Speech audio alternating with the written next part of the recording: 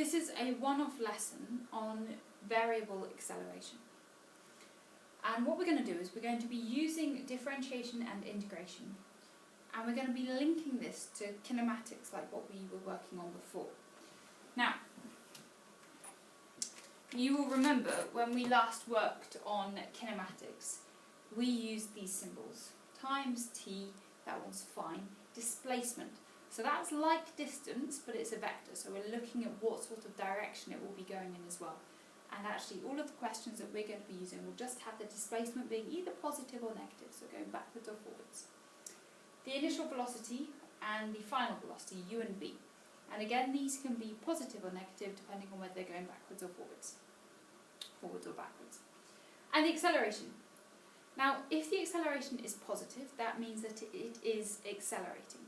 If it's negative, we'll remember that that means that it is decelerating. So that's just a quick reminder. And another thing, the units here, this means meters per second and meters per second squared. So just using our normal laws of indices. Okay, so a quick reminder there. Now these are the 5 Suvat equations as we know them and that you need to memorise for your exam. And all of these have constant acceleration. So these are all occasions where the acceleration stays the same. And if you imagine heading off on your bike, of course your acceleration is not going to stay the same. So what we're going to do here is do some slightly more accurate modelling of what might be going on in real life. Now let's look at this language first of all, the rate at which something changes. Now that word rate, that means that it will be changing in time.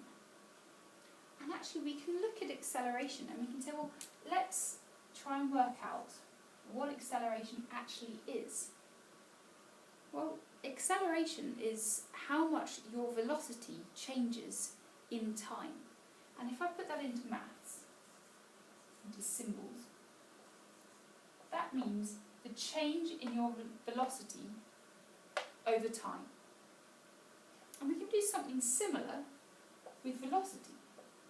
Well, because velocity is just how much your displacement is changing over time. So we can write velocity as ds by dt. And of course, you know what these all mean now because you've done some differentiation. This means that if we want to find the acceleration, we just differentiate the velocity with respect to time, and the velocity, well, we just differentiate the displacement with respect to time.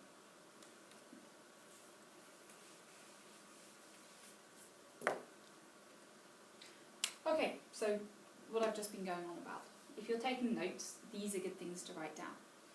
And what we're going to do now is just go straight into using these in an example. So, the sort of things that you're going to be asked to do is, they will give you an equation for one of either the displacement, the velocity or the acceleration, and then they're going to ask you to do some maths around it. So the velocity is equal to this. Now this is an equation in terms of t. So this means that your velocity will be changing depending on how long you've been going for, according to this rule here.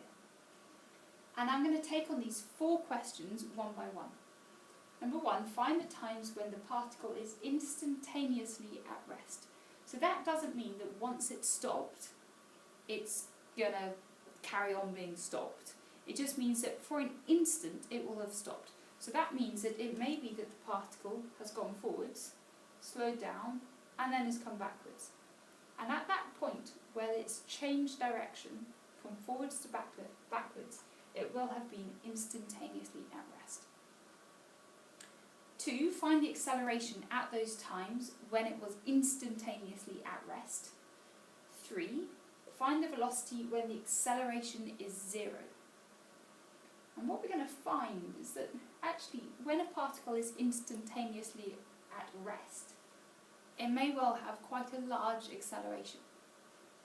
And the times when the acceleration is 0, well, that's when it's not going to be changing how it's moving very much. So it's probably going to be about its maximum speed. It's not going to be changing very much at that point. And finally, we're going to sketch a graph of v against t. So we're going to sketch this equation here. So as I said, I'm going to take on these one by one. Find the times when the particle is instantaneously at rest. Now, when it is at rest, that means it is not moving, and therefore its velocity is 0. So what we can do is we can just set our equation up here equal to 0 and solve it. Now, this is just a quadratic equation, and I don't like it very much at the moment because it's got a negative t squared term. So I'm going to pop everything onto the other side of the equation, which of course means that the 2t squared is now positive, the 15t is negative, and the 25 is positive. And I'm going to factorise this to find out when it is instantaneously at rest. So, let's do it the slow way. So we're trying to find two numbers which multiply to give 50 and add to make negative 15. You can probably see that the answers there are 10 and 5, or negative 10 and 5. So we're going to have 2t squared, let's have minus 10t minus 5t plus 25. Okay, so we'll factorise the first two terms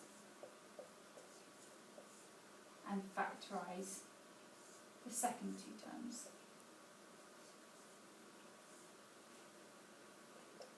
Collect these two terms together.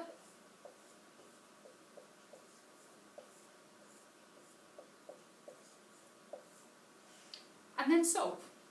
So for the first equation here, t is equal to 5 over 2, or 2.5, and the second one, time is equal to 5. Okay, so we've got 2 times here when it's instantaneously at rest. I'm going to pop those up here so I don't forget them. Okay, so those are the 2 times.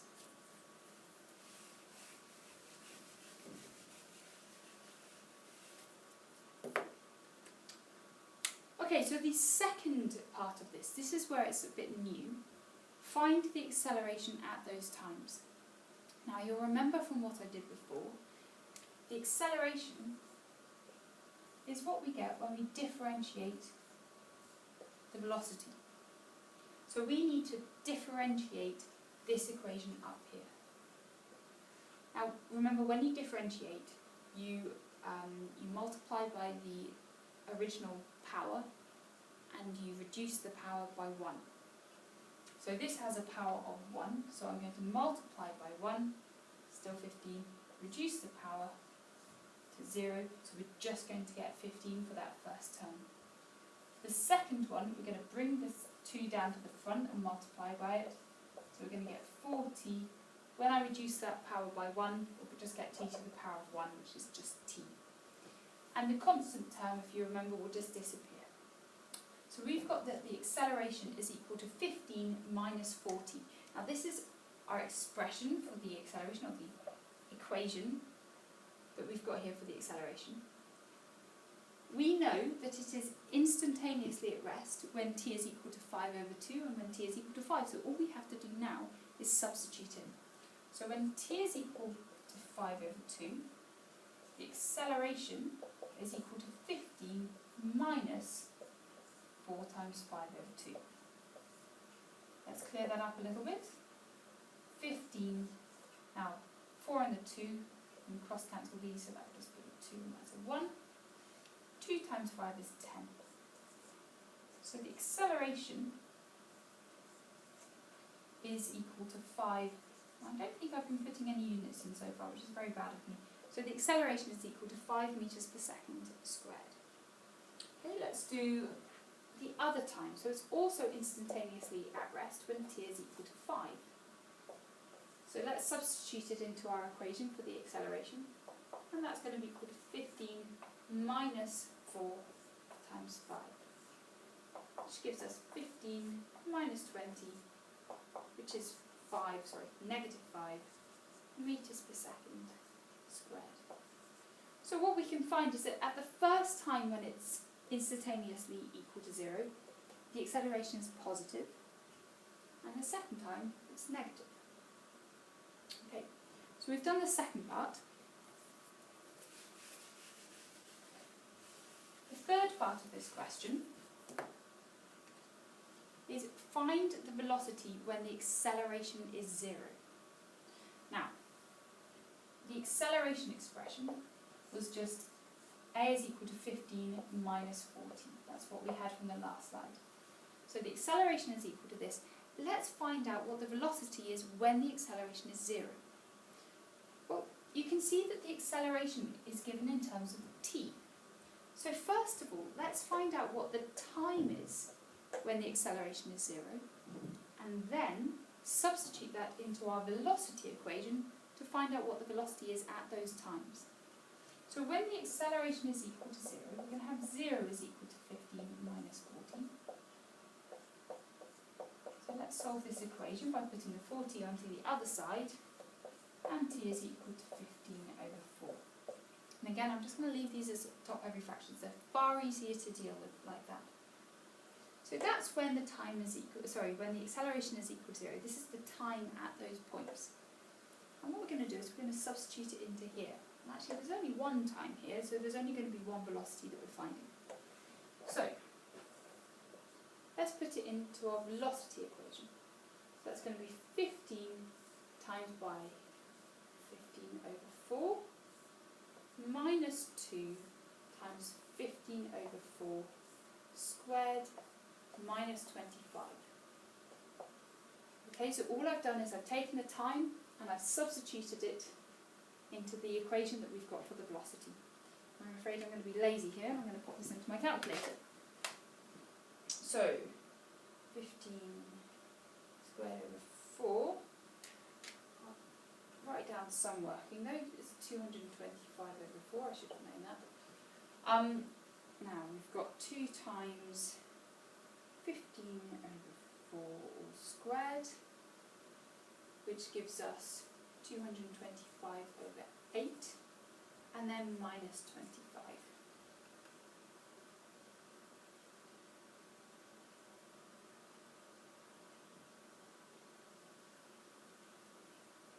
And we're going to get a final answer of 25 over 8. Okay, so that is the velocity when the acceleration is equal to 0. I'm going to write down at the top everything that we found out so far. We found out that the acceleration expression was that, and that when the acceleration was equal to 0, the time is equal to 15 over 4, and at that time the velocity is equal to 25 over 8. Now, it might be nice for us to write that as a decimal right at the end, so that will be 3.125 meters per second. Okay, so that was the third part of it. We found out what the velocity is at that time.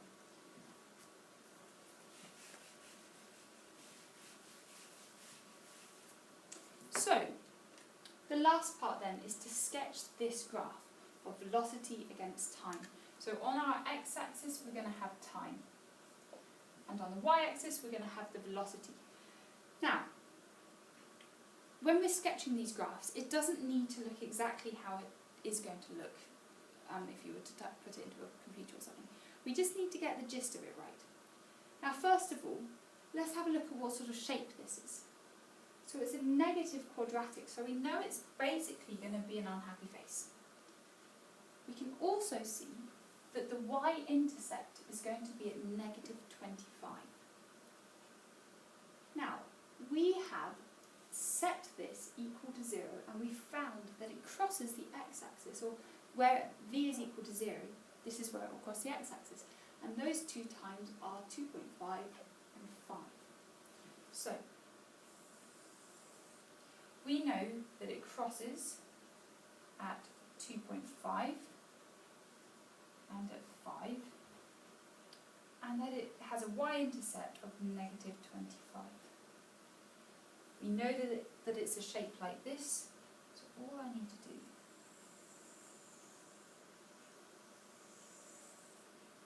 is draw in my vaguely negative quadratic curve like this. Now there's one other thing that we know.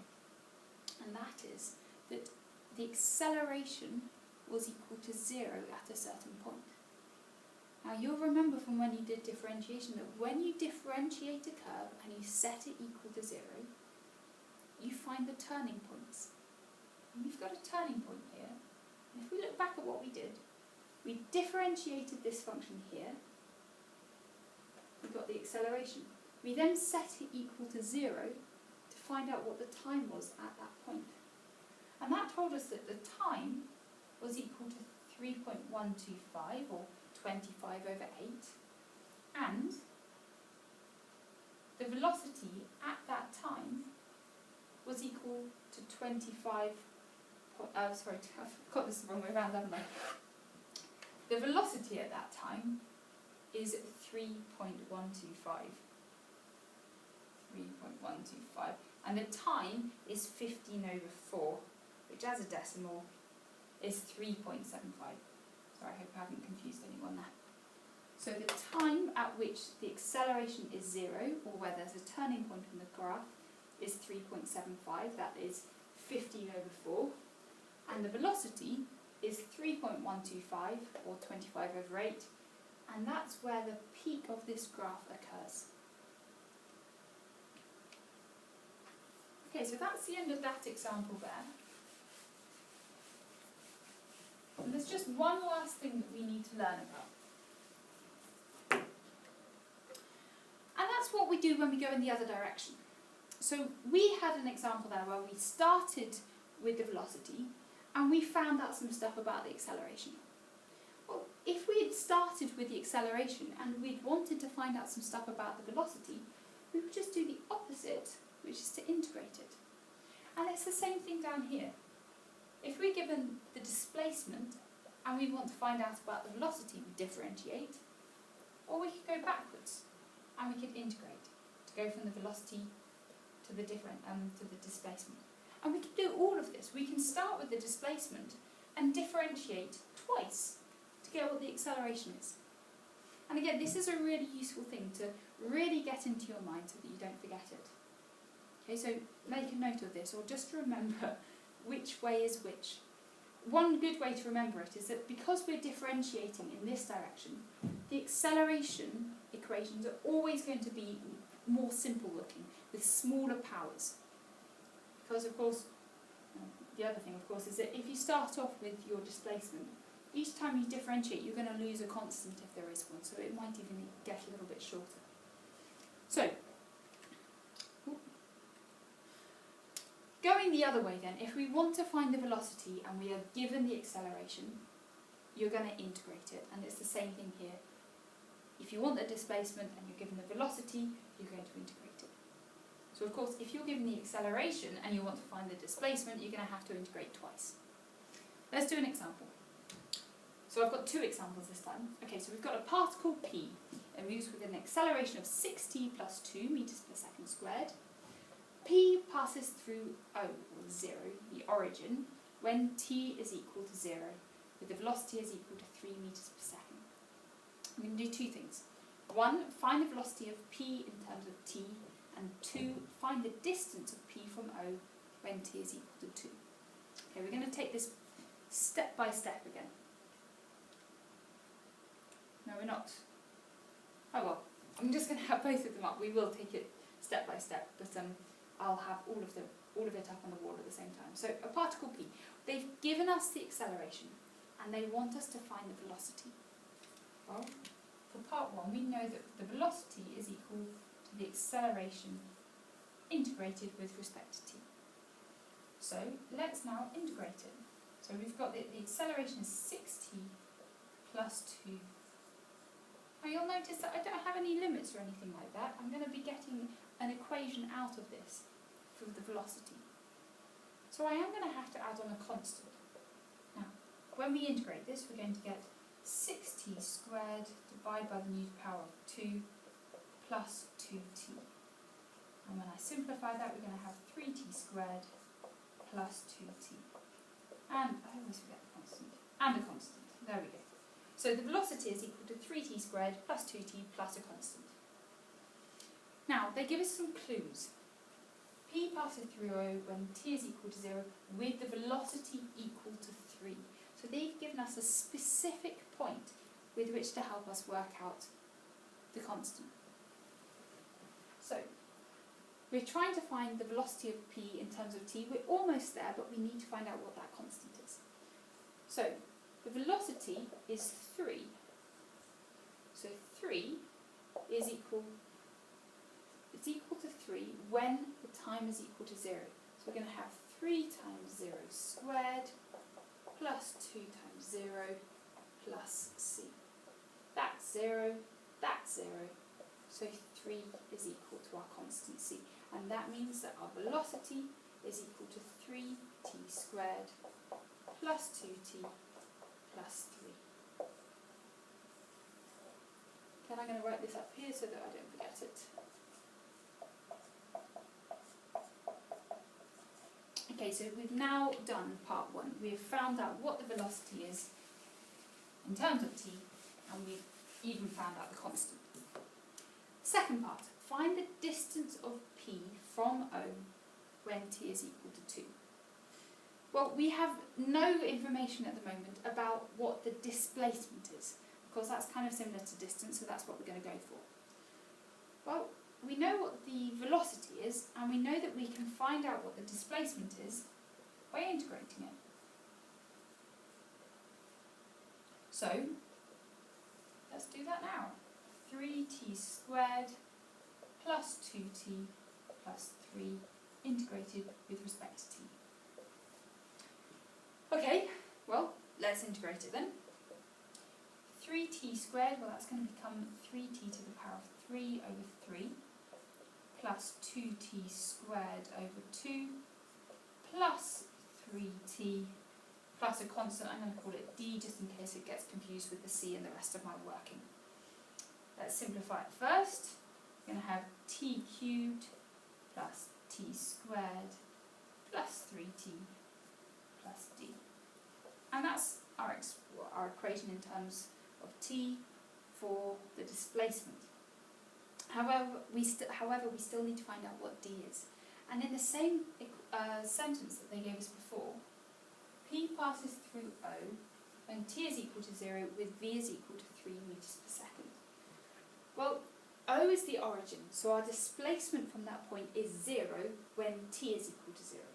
So that means that I can substitute in that s is equal to 0 when t is equal to 0. Okay, so I'll do that. 0 is equal to 0 cubed plus 0 squared plus 3 times 0 plus d. Well, you can see everything here is 0, so therefore d must be equal to 0 as well.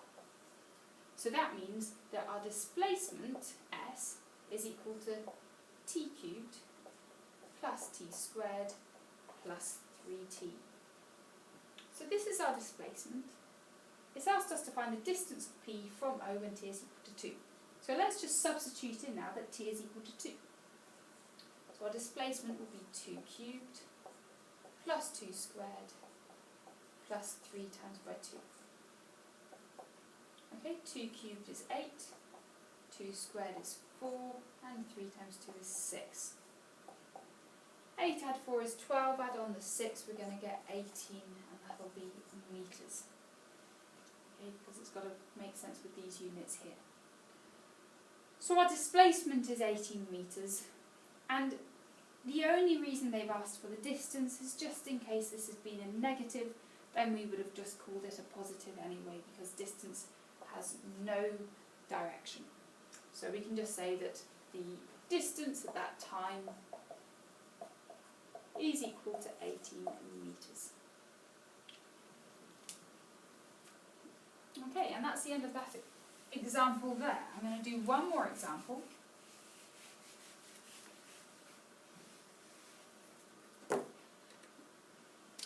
Oh, same one. Right, example 2.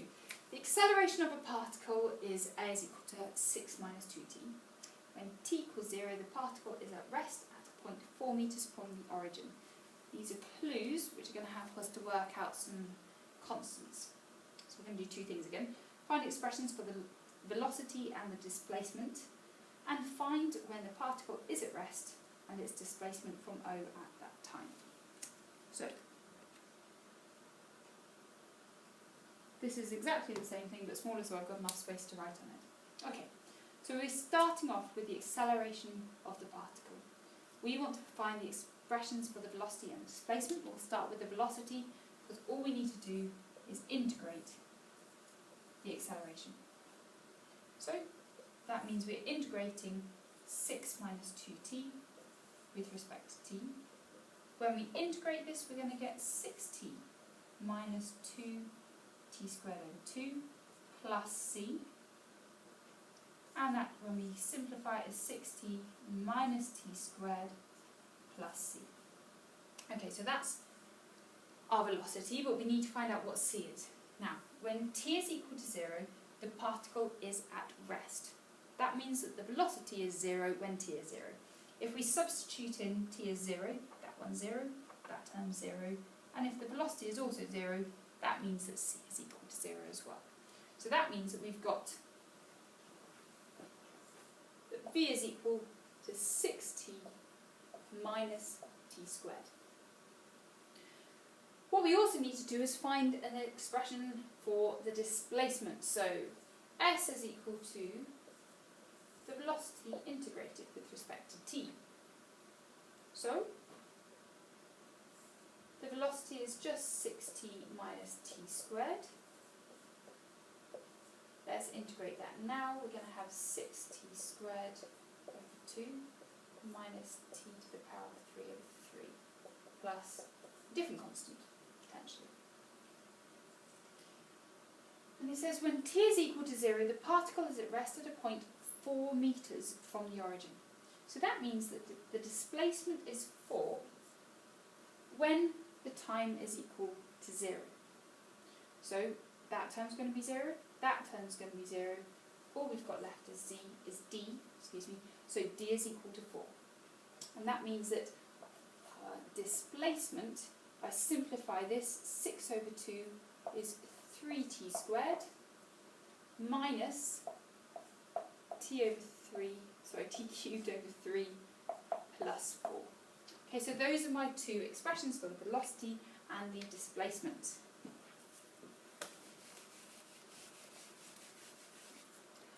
Okay, question 2. When the particle is at rest and its displacement, find when the particle is at rest and its displacement from O at that time. Okay, so let's find out when the particle is at rest. Well, when it's at rest, it's not moving, so its velocity is 0. So we're going to be using our first expression up there, and we're going to say, well, when v is equal to 0, we're going to have 0 is equal to 6t minus t squared. Now this is a quadratic, so we're going to expect to have two solutions. 0 is equal to, well, I can factorise this, 6t minus t. Excuse me, just 6 minus t. Oops. Okay, t bracket 6 minus t. Okay, so we've got two solutions, t is equal to 0 and t is equal to 6. Okay, so find when the particle is at rest. Well, that's when t is equal to 0 and t is equal to 6. And its displacement from O at these times. Well, we've got the times, we've got the expression for the displacement. All we have to do is substitute these in. Well, the first one, when t is equal to 0, s is equal to 3 times 0 squared minus 0 cubed over 3 plus 4. And so, of course, well, we already knew this. S is equal to 4. Now that was actually given in the question, but it's a good idea just to make sure. The second one, t is equal to 6. Well, let's substitute that into our displacement equation. S is equal to 3 times 6 squared minus 6 to the power of 3 over 3 plus 4. So that is 3 times by 36 minus, I'm afraid I'm going to be lazy, 6 cubed, embrace me, 216,